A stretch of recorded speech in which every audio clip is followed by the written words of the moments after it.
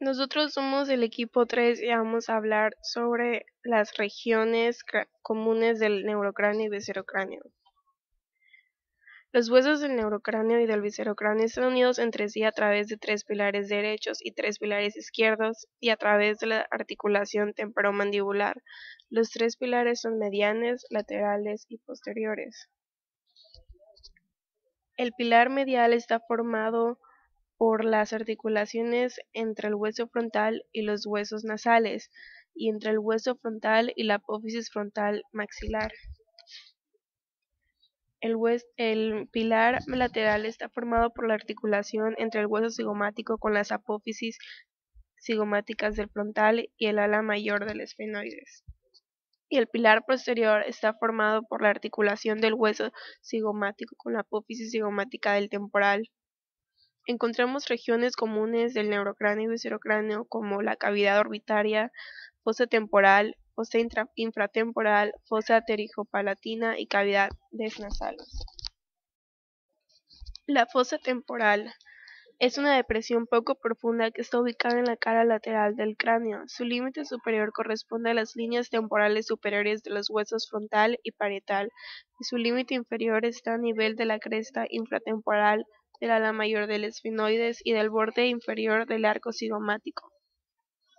En dirección medial encontramos en profundidad la cara temporal del hueso frontal, la porción lateral del ala mayor del esfenoides y la porción escamosa del hueso temporal y la porción inferior del hueso parietal.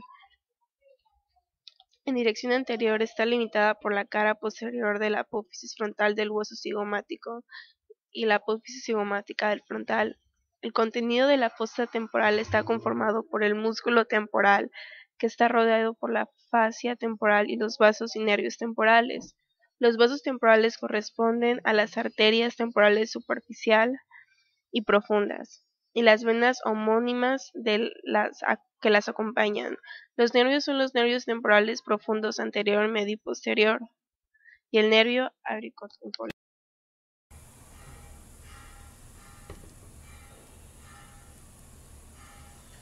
Fosa infratemporal. La fosa infratemporal es la prolongación en dirección inferior de la fosa temporal. La fosa temporal, toda esta parte, la fosa infratemporal de esta. Bueno, el límite entre estas dos fosas es el borde inferior del arco cigomático. La fosa infratemporal tiene la forma de una pirámide y también se conecta con la fosa pterigopalatina. Los límites de la fosa infratemporal son: en la pared interior limita con la tuberosidad del hueso maxilar, la pared superior con la parte horizontal del ala mayor del esfenoides, la pared medial con la lámina lateral de la apófisis pterygoides, su vértice es con la fisura pterigomaxilar. Su base es abierta lateralmente hasta la cara medial de la rama de la mandíbula. Su límite inferior es el plano horizontal a nivel del borde inferior del hueso maxilar. Su límite posterior es la porción timpánica y apófisis estiloides del hueso temporal. Bueno, la apófisis estiloide está de ese lado. Bueno, la arteria carótida externa tiene varias ramas que suministran sangre a los tejidos de la cara, cuero cabelludo, boca y mandíbula, y abarca desde la arteria tiroidea superior hasta la arteria maxilar. La fosa infratemporal está abarcada más que nada por la arteria maxilar, esa es la que me voy a enfocar. Antes, la arteria maxilar.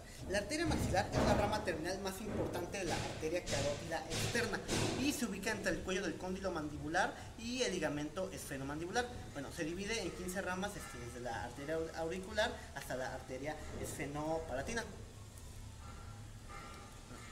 Bueno, esta es una imagen de la fosa infratemporal izquierda. Como ya mencioné, la arteria carótida externa es toda esta parte, la arteria maxilar es esta.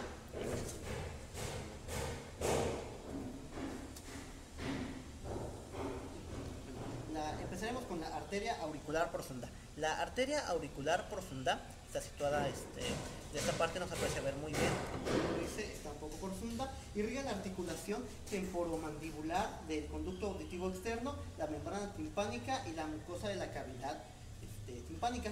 Bueno, la arteria timpánica anterior. Esta rama asciende de la arteria maxilar y pasa junto a la cuerda del tímpano a través de la fisura petrotimpánica para terminar en la cavidad timpánica. La arteria alveolar inferior, o también llamada dentaria inferior, está en esta imagen. Se puede, a ver, permíteme. Acá, está de este lado, esta es la arteria. Bueno, esta arteria se origina cerca del cuello de la mandíbula y bueno, también es una rama descendente de la arteria maxilar. Entre esas se puede encontrar el conducto mandibular, entre esas se puede ingresar el conducto mandibular que emite la rama miloioidea. Esta parte de acá, la rama miloioidea. Aquí está. Bueno, también se pueden a través de esta arteria las ramas dentarias y las ramas peridentales. La rama mentoniana es la rama terminal de la arteria alveolar inferior. Es esta de aquí, la rama mentoniana, la que sale por el surco mentoniano. Bueno, esta se encarga de irrigar las partes blandas del mentón y del labio inferior. Pasamos a la arteria meningia media. Aquí se encuentra esta arteria. Vale.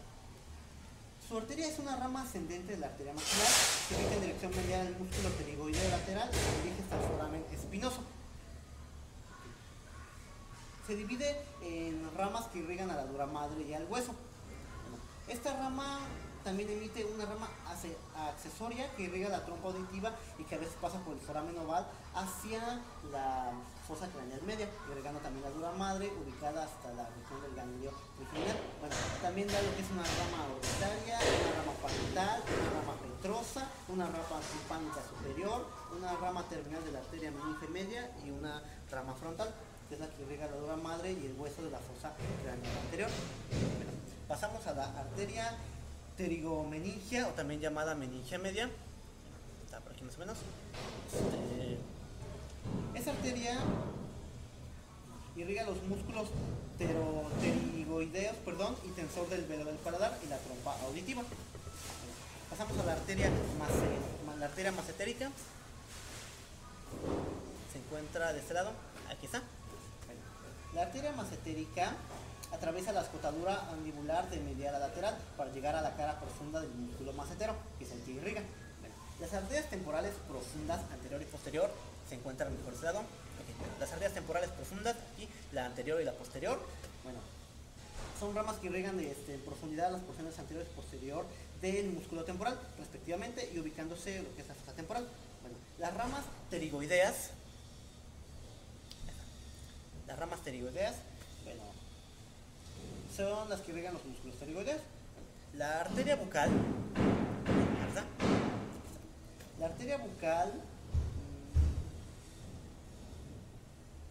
bueno, se corre por delante y debajo del músculo fusignador para llegar hasta la encía y la mucosa de la boca, que son las que irriga. Se anastomosa con la arteria facial. La arteria alveolar superior y posterior, esa está de este lado. La arteria alveolar superior y posterior, aquí se encuentran.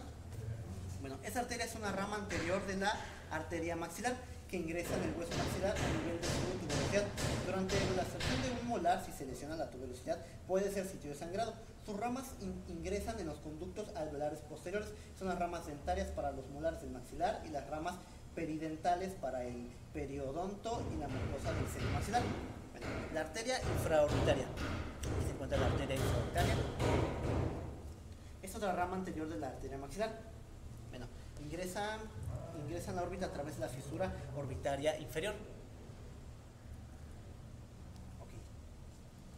Bueno, esta arteria corre por el surco infraorbitario, también pasa por el conducto infraorbitario y sale por el foramen infraorbitario. Ese es el foramen.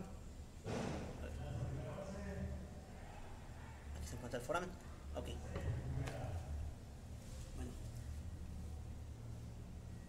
La arteria del conducto pterigoideo, esa se encuentra de este lado.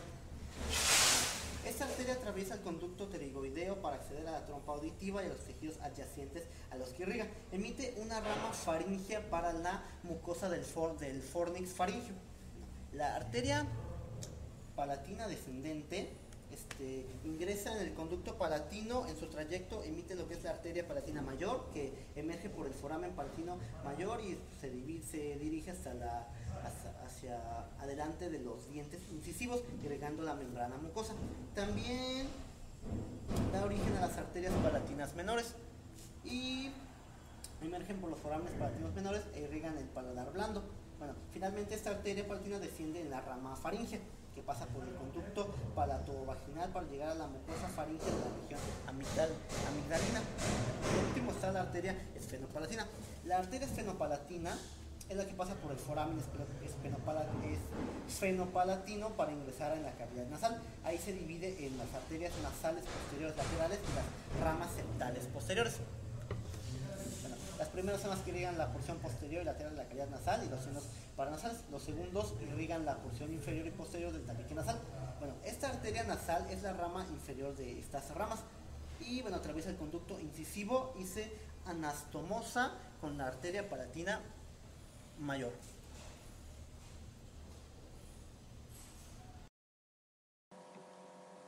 La fosa pterigopalatina es la continuación en dirección medial de la fosa infratemporal. Tiene forma de una pirámide. Su base es superior y está formada por el ala mayor de los esfenoides.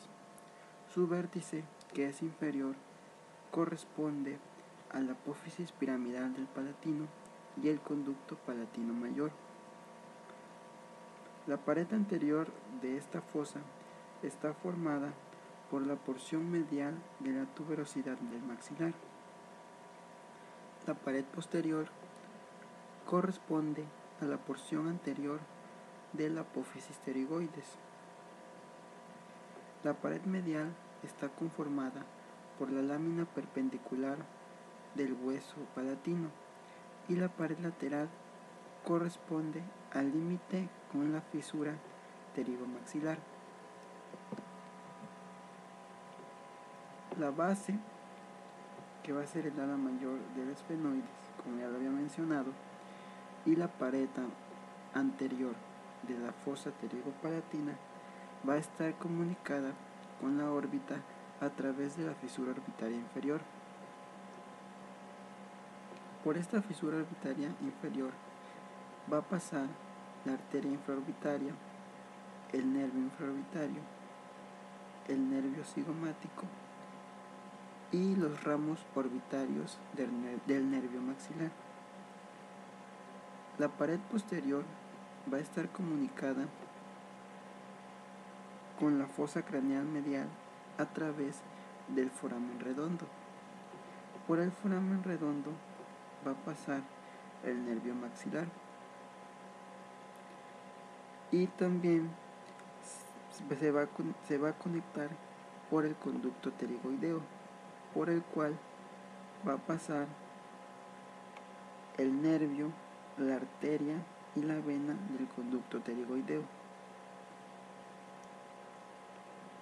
También la pared posterior va a estar comunicada con la nasofaringe a través del conducto palatovaginal, por medio del cual va a pasar el nervio faríngeo proveniente del ganglio pterigopalatino y la rama arterial faríngea. La pared medial se encuentra comunicada con la cavidad nasal a través del foramen esfenopalatino, que es este que ubicamos en la imagen. Por aquí van a pasar la arteria esfenopalatina, los nervios nasales posteriores, superiores, laterales y mediales, y los nervios nasopalatinos con los nervios nasales posteriores inferiores. En dirección lateral a la fosa pterigopalatina se continúa con la fosa infratemporal a través de la fisura pterigomaxilar, por donde pasan la arteria maxilar y los nervios alveolares superiores posteriores. Bueno, yo hablaré del sistema respiratorio en el cráneo en conforme el tema de la nariz. La nariz está ubicada en el centro de la cara, entre ambas mejillas en dirección inferior a la frente y por encima del labio superior. La nariz tiene forma de triángulo piramidal. Tiene una base inferior y una raíz superior que la ubicamos entre las órbitas. Cuenta con 3 caras, 2 laterales y una posterior. Y también cuenta con 3 bordes que mencionaremos un poco más adelante. En cuanto a las caras de la nariz, las laterales están orientadas hacia la mejilla derecha e izquierda respectivamente. Son móviles en su porción inferior, denominadas alas nasales. Aquí están, aquí las podemos observar. Más adelante hablaremos del cartílago alar mayor para comprender mejor esto. Bueno, en su cara posterior está abierta y corresponde a las coanas, que son orificios que comunican a la parte posterior de las fosas nasales con la faringe. Aquí podemos observar. En cuanto a los bordes de la nariz, comprenden 2 bordes. Los bordes laterales, encontramos 3. El nasopalpebral, que se encuentra en la parte superior de la ceja. El nasogeniano lo podemos encontrar aquí debajo del ala nasal. Aquí está. Y por último el nasolabial, que se encuentra en la base inferior de la nariz. Aquí lo podemos observar en la imagen de la derecha o en la imagen de la izquierda, esto. Bueno, y el borde anterior, el dorso de la nariz. Aquí en esta imagen vista lateral izquierda podemos observar el borde de la nariz que une a ambas caras laterales. Ya hablamos de las caras laterales, derecha e izquierda, dorso de la nariz. Bueno, ahora hablemos de los cartílagos nasales. Primero hablaremos qué es un cartílago en sí. Un cartílago es un tipo de tejido conectivo altamente especializado formado por células condrógenas. Estas células son los condrocitos y los condroblastos, fibra, colágenos y matrix extracelular. Bueno, los cartílagos nasales forman parte del esqueleto de la nariz junto con el resto del esqueleto óseo, conformado por los siguientes cartílagos. Bueno, primero tenemos al cartílago ala mayor. Es un cartílago par ubicado en porción inferior a la cara lateral de la nariz. Tiene una forma de U, que podemos observar, abierta en dirección posterior,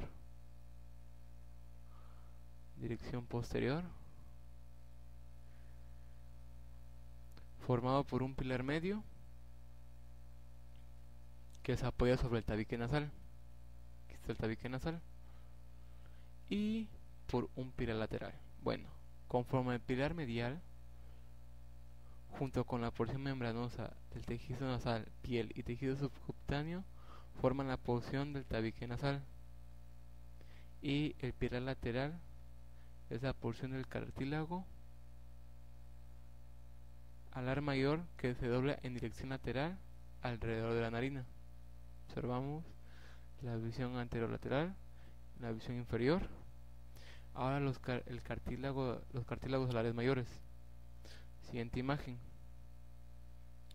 Cartílago nasal, cartílago alar menor. Es una placa cartilaginosa que complementa el cartílago alar mayor, ubicado en dirección posterior y lateral de este último, es decir, del cartílago alar mayor. Continuemos con el cartílago del tabique nasal. Es el más largo e independiente del tabique nasal, ubicado entre la lámina perpendicular del etmoides y el hueso búmer. El espacio que hay entre estos es donde se encuentra este cartílago. Su borde anterior forma parte de la nariz. Aquí podemos observar. presenta una apófisis lateral que contribuye a la formación de la pared lateral de la nariz y una apófisis posterior o esfenoidal que se extiende entre el vómer y la lámina perpendicular del etmoides. Bueno, ahora hablaremos del cartílago nasal lateral. Aquí está, ubicado a los laterales del cartílago nasal, el cartílago del tabique nasal. Tiene forma triangular. Su base medial se apoya contra el cartílago nasal, con el cartílago del tabique nasal. Su borde superior se une al hueso nasal, que podemos observar los dos huesos nasales, cartílago lateral nasal, y su borde inferior se relaciona directamente con el cartílago alar mayor. Bueno, entonces parte posterior se relaciona con los huesos frontales y en su parte inferior con cartílago alar mayor. Ahora los cartílagos nasales accesorios son pequeñas formaciones cartilaginosas que en algunas ocasiones se puede encontrar entre el pie lateral y el cartílago del tabique nasal. Bueno, en este caso observamos el cartílago nasal accesorio entre el cartílago alar mayor, su pilar lateral y la apófisis lateral de los cartílagos del tabique nasal. Y por último tenemos al cartílago bumeronasal, que es un cartílago inconstante en dirección lateral al tabique nasal.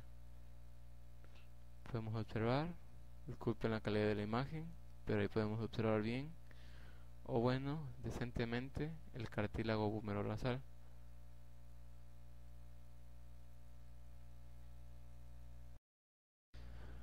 Bueno, para concluir la parte de la nariz tenemos a la membrana fibrosa. La membrana fibrosa es una membrana originada por el periósteo y el pericondrio, que ocupa espacios que quedan libres entre los cartílagos y los huesos adyacentes. Aquí podemos ver al cartílago lateral y a los huesos adyacentes, que en este caso son los huesos nasales, los huesos maxilares. Bueno, pero hablemos en general de qué es el periósteo y el pericondrio. El periósteo es una membrana de tejido conectivo que cubre el hueso por su superficie externa, excepto en lugares de inserción de ligamentos, tendones y superficies articulares. Y el pericondrio es una capa de tejido conjuntivo que rodea al tejido cartilaginoso, aportándole sustancias nutritivas. Y por último tenemos a los músculos nasales, que corresponden a los músculos faciales que se insertan a nivel de la nariz. Aquí los podemos observar. Encontramos al músculo prócer, la parte superior, que mueve la piel de la región frontonasal. Bueno, los músculos depresores del tabique nasal, encontrados en la parte inferior.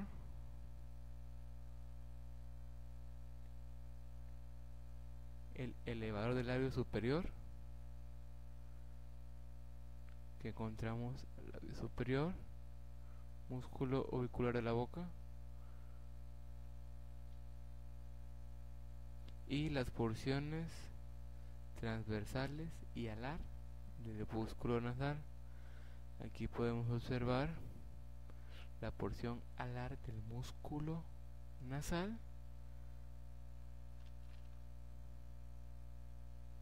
músculo elevador del labio superior,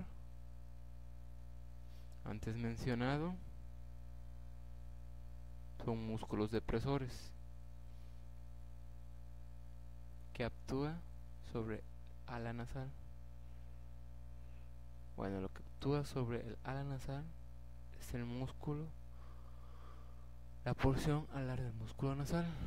Y bueno, podemos observar aquí los forámenes infraorbitarios que van a enervar toda esta parte, incluyendo la parte de la nariz. ¿No? Estos van a venir desde la fisura orbitaria superior. Observar la narina, que ya la habíamos mencionado, pero no habíamos descrito su ubicación. Los cartílagos, cartílago alar mayor, cartílago del tabique nasal, cartílagos nasales accesorios, si se pueden observar, cartílago nasal lateral, y en el cartílago nasal mayor se puede observar el pilar medio, y bueno, aquí no se puede observar muy bien el pilar lateral. Y bueno, eso es todo lo que respecta a la nariz.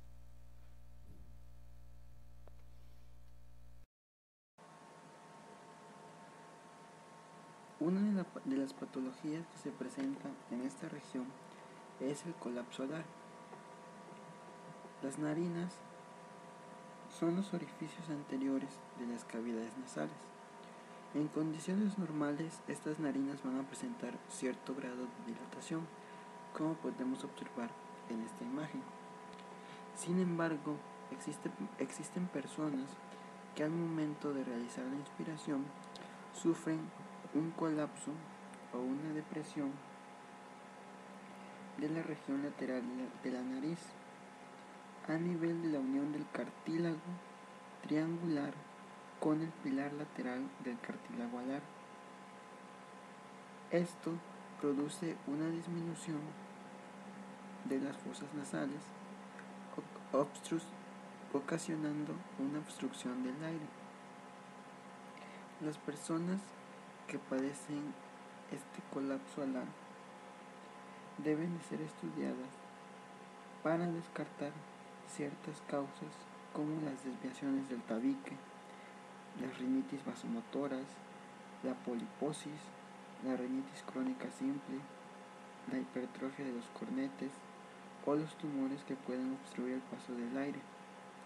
Las enfermedades de este tipo que obstruyen el flujo aéreo también pueden generar que ocurra una dilatación de las narinas, como podemos observar en esta imagen. Esto para intentar compensar el flujo de aire que no está ingresando de una manera correcta por estas cavidades. Las fracturas nasales son el tipo de fractura más frecuente de la cara. El diagnóstico se va a realizar principalmente mediante la inspección, la palpación y las radiografías.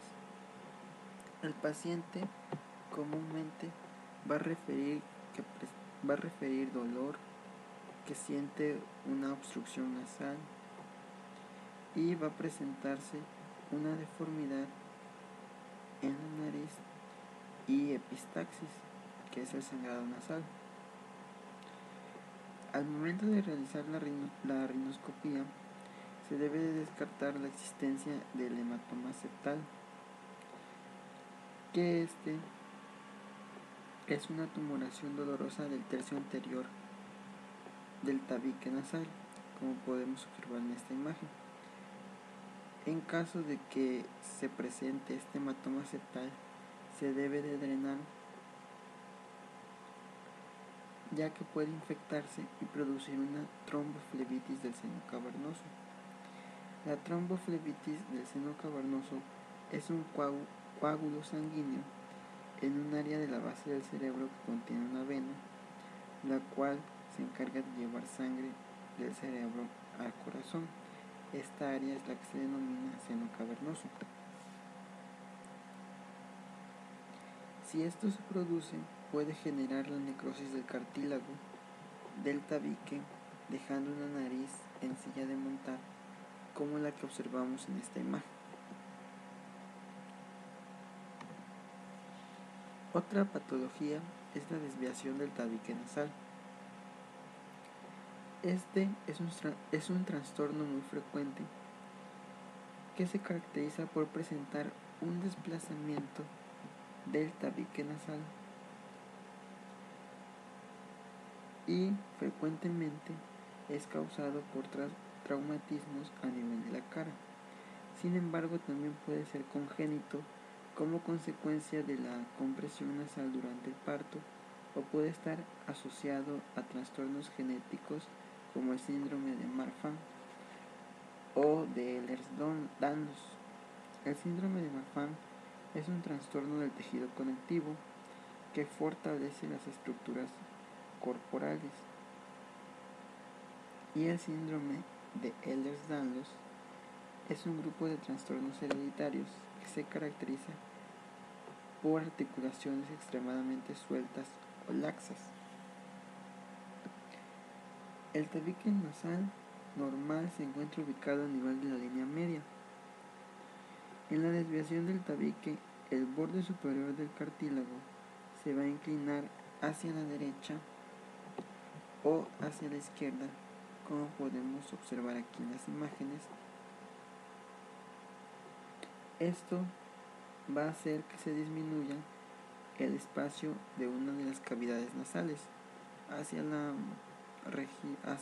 lado hacia el que se incline, es donde se va a disminuir el espacio de la cavidad nasal, obstruyendo así el pasaje de aire por esta cavidad. La desviación del tabique nasal trae como consecuencia el drenaje inadecuado de los senos, que puede traer también consigo sinusitis, dificultad respiratoria, cefaleas, bronquitis o apneas de sueño.